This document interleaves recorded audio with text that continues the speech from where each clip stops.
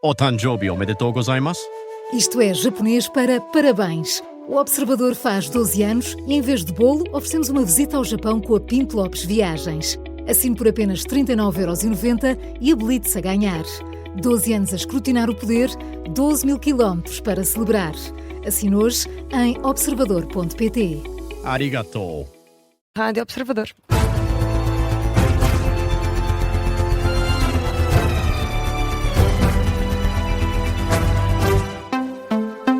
Jornal das 9, edição do jornalista Martim Madeira. E Martim, vamos ao estado das filas nos aeroportos. A PSP deu um ponto de situação sobre o controle dos aeroportos nacionais até às 3 da tarde de hoje. Através de um comunicado, a Polícia de Segurança Pública revela que fez até às 3 da tarde o controle fronteiriço de cerca de 52 mil passageiros e aplicou também 16 medidas cautelares para diminuir as filas para cumprir as regras do espaço Schengen. De acordo com os números da PSP, foram realizadas 56 interseções que apenas ocorrem para os agentes verificarem os documentos ou apurarem a legalidade dos passageiros no país. Quanto a tempos de espera, no aeroporto Humberto Delgado, até às 3 da tarde, a espera foi de 32 minutos nas chegadas e 14 minutos nas partidas. Já no Sá Carneiro, no Porto, as chegadas tiveram quase 1 hora de espera e as partidas cerca de meia hora. Em Faro, no aeroporto de Gá Coutinho, os passageiros esperaram 30 minutos nas chegadas e 35 nas partidas. A PSP explica também que, para diminuir as filas de espera dos passageiros fora do espaço Schengen, foi decidido um reforço dos meios humanos e técnicos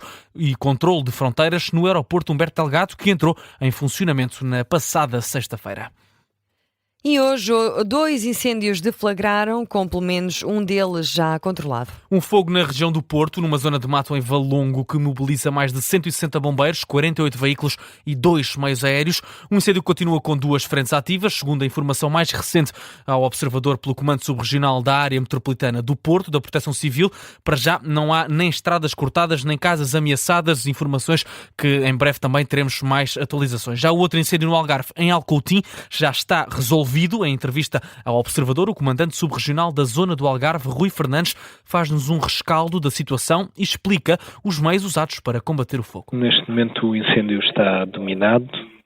Estão 119 operacionais, apoiados por 35 meios técnicos, e neste momento já só estão apenas 3 meios aéreos.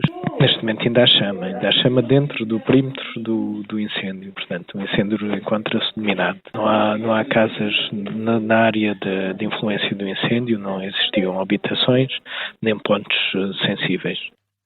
Rui Fernandes, aqui o comandante subregional da zona do Algarve, a dar-nos indicações sobre este fogo, que já está resolvido. Quanto ao fogo na região do Porto, ainda está por resolver. Vamos ter mais atualizações nos próximos noticiários.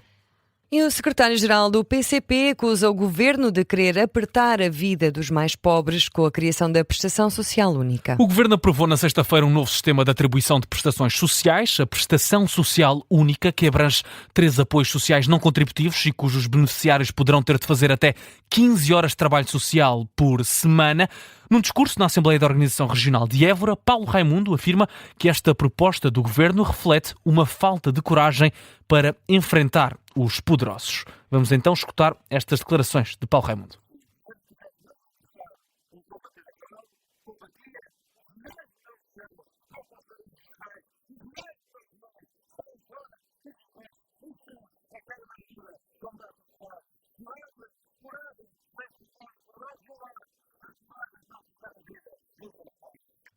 O dirigente do PCP acusa ainda o governo de ser cúmplice da fuga de impostos e do assalto aos recursos públicos.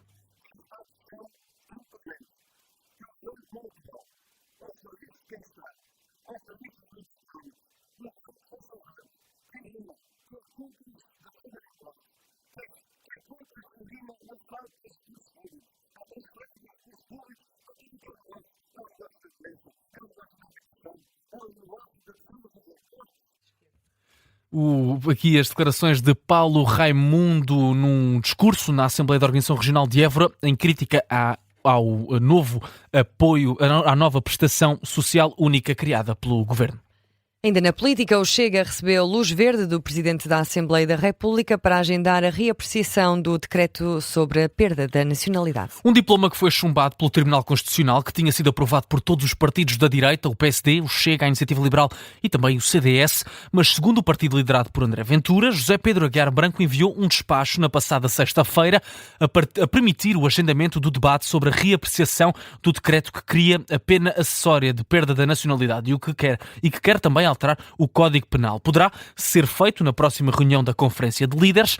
Logo no dia em que o decreto foi considerado inconstitucional, o Presidente do Chega desafiou a maioria da direita a confirmá-lo no Parlamento, mas PSD e Iniciativa Liberal recusaram-se a seguir esse caminho de uma ruptura institucional com o Palácio Raton. André Ventura afirma que a decisão pela inconstitucionalidade do decreto apresenta uma derrota e disse ter visto o acórdão do Tribunal Constitucional com total estupefação. O tema vai ser agora novamente discutido na Assembleia da República. O antigo Presidente da República, Marcelo Rebelo de Sousa, recusa comentar as buscas realizadas no âmbito da Operação Emergente. O antecessor de António José Seguro foi questionado sobre o que pensa sobre estas buscas que aconteceram na passada quinta-feira na sede do Largo do Rato e também em várias juntas do PS. Ora, Marcelo Rebelo de Sousa diz que um antigo presidente até pode comentar, mas que não deve. Não comento, não posso comentar nenhumas buscas, nem umas, nem outras, nem as anteriores, as próximas, futuras, não posso. Não devo, não posso, eu podia, mas não devo. A ex-presidente não deve. As declarações de Marcelo Rebelo de Sousa à RTP, que participou na altura numa recolha organizada pelo Banco Alimentar, de lembrar que há 37 arguidos na Operação Emergente. O infecciologista Fernando Maltese indica que as novas diretrizes da DGS para o vírus ébola são normais e servem apenas de prevenção. A Direção-Geral de Saúde atualizou hoje os procedimentos hospitalares para casos suspeitos de ébola, indicou alguns hospitais de referência para possíveis casos de vírus, como o Carri Cabral e Dona Estefânia em Lisboa e o São João no Porto. O infecciologista Fernando Maltese diz que esta nota publicada hoje pela DGS serve para haver uma maior preparação dos hospitais. O alerta tem fundamentalmente o objetivo de estes centros estarem preparados no que diz respeito a recursos humanos, no que diz respeito a recursos técnicos, a fazerem treinos na utilização de equipamentos de proteção individual. Estamos a lidar com uma doença para a qual não existe terapêutica eficaz, para a qual não existe uma vacina eficaz e, portanto, temos que tomar medidas de suporte e medidas de isolamento adequadas. Portanto, as normas da Direção-Geral de Saúde são também uma chamada de atenção para essa necessidade. Em entrevista esta tarde aqui na Rádio Observador, Fernando Maltese, infecciologista, descarta também que o ébola se torne numa pandemia, não cria alarmismo. O risco de uma pandemia à escala global, a pandemia é sempre uma coisa à escala global, é mínimo. O risco de chegarem cá casos, eu diria que até é muito pequeno, mas de facto isto obriga a que nós estejamos também preparados nos nossos locais de trabalho e nos nossos países, a termos a preparação necessária para a eventualidade de virmos a receber algum caso. Aqui as declarações do infecciologista Fernando Maltese à Rádio Observador. A nota divulgada pela Direção-Geral de Saúde dá conta também de alguns dos sintomas aos quais a população deve estar atenta caso tenha estado em áreas com circulação deste vírus: febre acima dos 38 graus, vômitos, diarreia, dor abdominal e também hemorragias. E agora, na atualidade internacional, o Ministro dos Negócios Estrangeiros do Irão diz que até as negociações finalizarem, tudo o resto é especulação. Afirmações de Abbas Araghchi à agência de notícias iraniana IRNA, diz o Ministro dos Negócios Estrangeiros iraniano, que o diálogo e as trocas de mensagens entre os países estão de facto a acontecer. Explica, no entanto, que ainda não é possível julgar nada até que se chegue a uma conclusão clara. Diz que por agora é especulação criada, não deve ser tomada como de uma forma séria. Relembrar também que Donald Trump, durante o dia de hoje, disse que um acordo estava cada vez mais perto. Trump, que, segundo consta, um novo relatório médico divulgado hoje pela Casa Branca indica que Donald Trump está de excelente saúde. Foi o que divulgou a Casa Branca esta tarde, numa publicação também na Truth Social. Donald Trump fez esta revelação de que, de facto, tem um historial médico bem composto. Também o médico de Trump diz que, em termos cognitivos, físicos, o presidente dos Estados Unidos está bem e está saudável. No entanto, alertam para manter cuidado à alimentação e também aconselham exercício físico a Donald Trump. Isto isto por um risco do presidente Trump sofrer de obesidade. E os jogadores do PSG são hoje recebidos nos Campos Elíseos pelo presidente Emmanuel Macron, mas ontem foi uma noite de muitos desacatos em França. Isto porque um homem morreu na madrugada de hoje ao chocar com uma moto em blocos de betão colocados pela polícia a propósito dos festejos. A vítima era um jovem na casa dos 20 anos.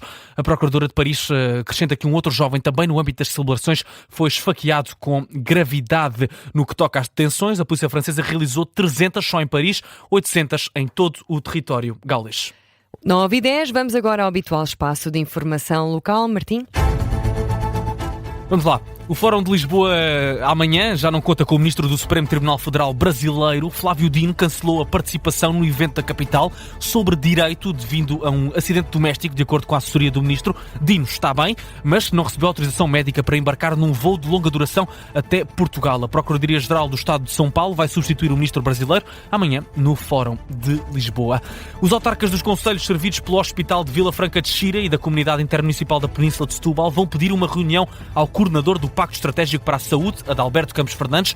Defendem a reabertura das urgências da obstetrícia encerradas, neste caso também no Barreiro. A posição foi retirada durante as audiências desta sexta-feira que os autarcas têm tido com os grupos parlamentares da Assembleia da República. E Santarém leva 3 monumentos para a fase final do concurso das 7 Maravilhas de Portugal. O Mercado Municipal e o Edifício do Tribunal são os candidatos à categoria Século XX e a Sé Catedral está na categoria Religião. No dia 29 de agosto está prevista a presença da TVI em Santarém para gravar um programa diário que culminará numa final regional. Nos próximos dias e semanas é provável que a cidade acompanhe gravações e reportagens no locais. O Avarense conquistou a primeira taça distrital de Aveiro ao derrotar o Espinho hoje por 3-0, o Estádio Municipal de Aveiro. O Avarense já era campeão da elite distrital na época passada e vingou a derrota sofrida na final da temporada anterior, justamente frente ao Espinho, que terminou o último campeonato em 4º lugar.